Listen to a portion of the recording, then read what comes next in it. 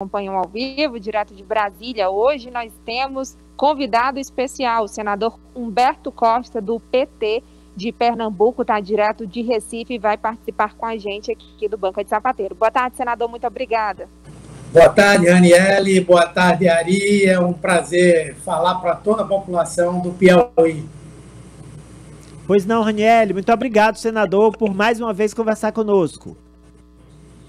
Bom, senador, nós temos muitos assuntos, espero que dê tempo, mas eu tenho que começar pela CPI da Covid. A expectativa é que hoje o presidente Rodrigo Pacheco leia o requerimento para a instalação da comissão e os líderes já estão se movimentando para indicar os integrantes da comissão. O senhor, inclusive, informação aqui em primeira mão, o senhor é um dos indicados para integrar a comissão. Quero saber, senador, há uma discussão muito grande em relação à inclusão de estados e municípios. Rodrigo Pacheco disse que consultou a Secretaria-Geral da Mesa e disse que os senadores não vão poder investigar as atuações de governadores e prefeitos. Como é que fica a situação dessa CPI? Bem, na verdade, a CPI não pode, de fato, investigar a atuação de governadores e prefeitos, não pode colocá-los como réus.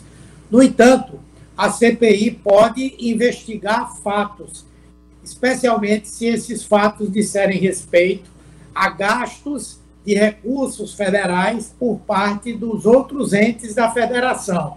Ou seja, digamos, algum recurso de emenda que foi encaminhado para ações da Covid-19 e esse recurso foi utilizado de forma irregular.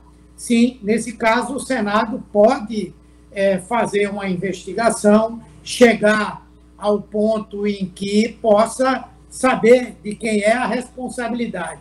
Obviamente que depois vai orientar para que essa apuração seja encaminhada ao Ministério Público, ou ao Tribunal de Contas, ou até mesmo à Assembleia Legislativa ou Câmara Municipal, dependendo de ser prefeito ou governador. Então, não é que não haja uma possibilidade. Sim, se disser respeito à aplicação de recursos, a minha leitura é de que é possível, sim, fazer a investigação. Senador, no fatídico áudio gravado e divulgado pelo senador Cajuru, em que o presidente fala de fazer do limão a limonada, o limão é a proposta original de investigar o governo dele em relação à pandemia. A limonada é provocar um tumulto em meio aos trabalhos da CPI, com acusação para tudo quanto é lado e o desvirtuamento do foco. Os senadores vão permitir que essa limonada seja servida? Eu espero que não, né? Eu acho que a população brasileira tem todo o interesse em saber de quem é a responsabilidade por essa tragédia sanitária, econômica, social e política que nós estamos vivendo hoje. Para isso, a CPI tem que trabalhar com seriedade. Eu creio que os partidos, especialmente aqueles que vão indicar o maior número de senadores, indicarão pessoas experientes e pessoas que tenham conduta ilibada, que estejam preocupadas em realmente ir ao fundo, ir a fundo, para nós sabermos tudo o que aconteceu desde o início da pandemia até agora. Eu ouvi informações, por exemplo, de que o senador Renan Calheiros poderia ser o relator dessa comissão. Eu acho que seria uma ótima escolha. É alguém que é independente politicamente do governo, é alguém que é muito experiente, que conhece bastante o regimento, conhece o próprio Sistema Único de Saúde. Se isso viesse confirmar, já é um passo importante para nós avançarmos, né, nesse enfrentamento que vamos fazer agora.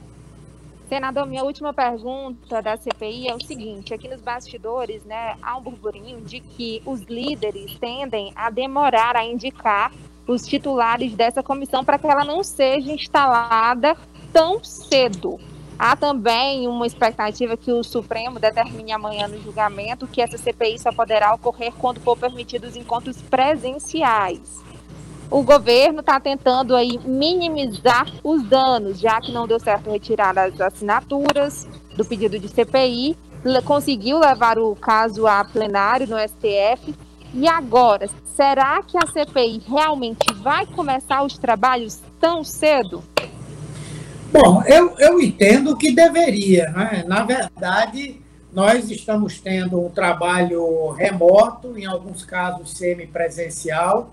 Eu acho que a CPI poderia sim funcionar, até porque o Senado está avaliando a maneira de voltar a ter o funcionamento das comissões permanentes. Se isso acontecer, não há por que a própria CPI não possa funcionar. Acho também que o Supremo Tribunal Federal não vai entrar nessa seara. Realmente isso aí é uma definição que deve caber ao Senado. Nós vamos cobrar que comece logo. Quanto à possibilidade de os partidos não indicarem senadores para compor a comissão, também já existe uma jurisprudência que determina que, nesses casos, o próprio presidente do Senado irá indicar entre os membros dos partidos que têm direito à participação na CPI aqueles que vão fazer parte da sua composição.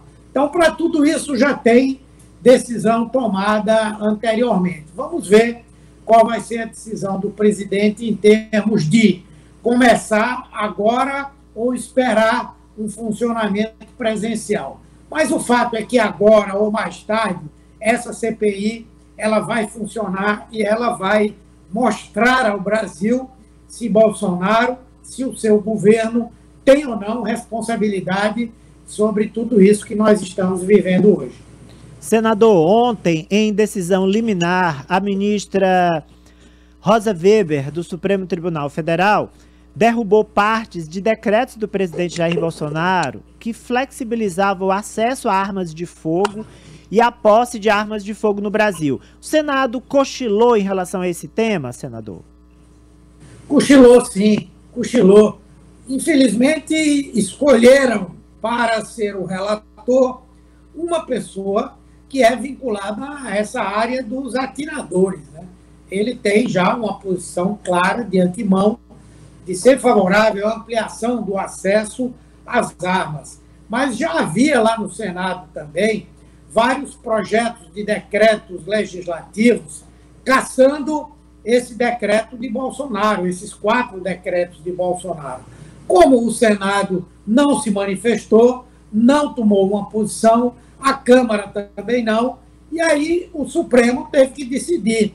Depois as pessoas ficam reclamando que o Supremo é ativista, não sei o quê, e agora o Supremo vai discutir os 4 decretos. Na verdade, a ministra Rosa Weber suspendeu alguns dos artigos dos decretos, e não os decretos como um todo. A partir de sexta-feira, o Supremo vai começar a votar os decretos como um todo. Eu espero que o relator dos decretos legislativos apresente o mais rapidamente possível o seu parecer para nós podermos votar. Eu tenho certeza que, se depender dos senadores e dos deputados, esses decretos serão derrubados. Bom, senador, esse projeto das armas ele foi retirado de pauta pelo presidente Rodrigo Pacheco a pedido do relator. E outro projeto que foi retirado de pauta na semana passada no Senado foi a autorização das empresas comprarem vacinas, doando 50% ao SUS. Há uma expectativa para que seja votado logo. Já tem um entendimento sobre esse tema? Olha, nós esperamos também que esse assunto seja votado rapidamente, né? Que nós possamos ter, tanto para os empresários que desejam comprar, quanto para a população brasileira que quer a vacina, uma decisão logo, né? Pessoalmente, conceitualmente, eu sou contra essa possibilidade. Não que não se deva permitir pagar por vacina, mas não nesse momento. É importante que, primeiro, a gente garanta que aquelas pessoas que precisam ser vacinadas prioritariamente sejam vacinadas prioritariamente. As pessoas mais idosas, as pessoas que têm doenças que agravam com a Covid-19, os profissionais de saúde, da segurança pública, da educação, da limpeza urbana, porque esse universo é a maioria das pessoas que está ocupando leitos hospitalares, que está ocupando leitos de UTIs. Então, quando a gente dá uma prioridade para vacinar esse pessoal, é porque a gente também vai diminuir a pressão sobre o sistema de saúde. Então, por essa razão, eu acho que nós temos que agora focar em vacinar esse pessoal. A partir do momento que a gente vacina essas pessoas, aí não tem problema. Pode abrir para quem quiser pagar para se vacinar, quem quiser importar vacina para vacinar os seus empregados, aí não haverá problema. Mas do ponto de vista epidemiológico, do ponto de vista sanitário, é importante que isso só aconteça depois que nós vacinarmos essas pessoas. Eu tenho uma última pergunta para o senador. O que representa a volta do ex-presidente Lula ao cenário sucessório de 2022? Ele vem que vem, é o nome dele mesmo, ou o PT cogita, com o apoio do Lula, claro, com ele capitaneando esse processo, indicar um outro nome? Alguns nomes já foram citados, inclusive do governador do Piauí, Wellington Dias. Qual a sua opinião, senador?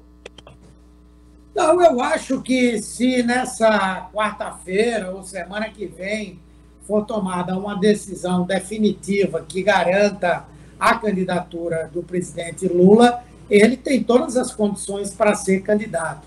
Naturalmente que isso não vai ser uma coisa forçada, ele não é candidato a todo custo, nem vai tomar essa posição agora, porque agora a compreensão dele, a compreensão correta dele é de que nós devemos, nesse momento, unir forças para resistir ao governo Bolsonaro. Esse governo está causando muito mal ao Brasil, ao povo brasileiro. Então, a tarefa mais importante dos democratas, das pessoas que estão preocupadas com essa situação de pandemia, a situação econômica e social, é impedir que Bolsonaro continue fazendo mal. No ano que vem, nós vamos decidir. Se Lula estiver apto, pode ser ele. Se não for ele, há outros nomes, dentro e fora do PT. Não tenha dúvida de que o governador Wellington Dias é uma dessas pessoas que tem todo o gabarito, toda a condição, não só de ser candidato a presidente da República, mas de ser um bom presidente da República. Então, eu acredito que no ano que vem nós vamos decidir essa questão. Raniele. Tenho direito a uma última pergunta? Bom, vou conversar agora com o senador sobre um projeto muito importante, Ari, que foi aprovado ontem, agora é até um serviço público. Ontem não, desculpa, semana passada. Até um serviço público para as pessoas entenderem, né? Em decorrência da Covid, muitas pessoas têm problema de saúde mental. E foi aprovado no Senado, e a relatoria foi do deputado Humberto Costa. Do senador Humberto Costa. Isso, do senador Humberto Costa, um programa que institui aí atendimento às pessoas que foram atingidas pela pandemia. Como vai funcionar esse programa, senador? Bem, na verdade, foi um bom projeto apresentado, não é? Muita gente, durante essa pandemia, sofreu muito psicologicamente, não somente quem ficou em casa sofreu bastante, mas quem foi obrigado a permanecer na rua trabalhando também sofreu muito, porque teve que conviver com o medo de adquirir a doença. Alguns tiveram que combater atividades ilegais que estavam sendo feitas durante a pandemia. Então, é uma proposta para atender todo mundo. Vai ser feito por dentro do Sistema Único de Saúde. Se precisar contratar serviços privados, o SUS vai atender. O atendimento vai ser tanto do ponto de vista psicológico quanto do ponto de vista psiquiátrico. Vai poder existir o atendimento remoto para quem não puder fazer esse atendimento presencial. Também o setor privado vai precisar instituir um serviço com esse mesmo objetivo. E o projeto, a lei prevê que mesmo depois de um bom tempo, passada a pandemia, 2 anos, esse programa ainda vai continuar atendendo, porque nós sabemos que os transtornos mentais, eles vão aparecendo ao longo do tempo. Excelente projeto, de fato. Muito obrigado ao senador Humberto Costa, do Partido dos Trabalhadores de Pernambuco. Obrigado também a você, Raniele. Muito obrigada, senador. Estou aqui no Senado, aposto para saber das novidades da CPI da Covid. Muito obrigada, Ari, e a todos. Tchau, tchau. Obrigado, Ari. Obrigado, Raniele.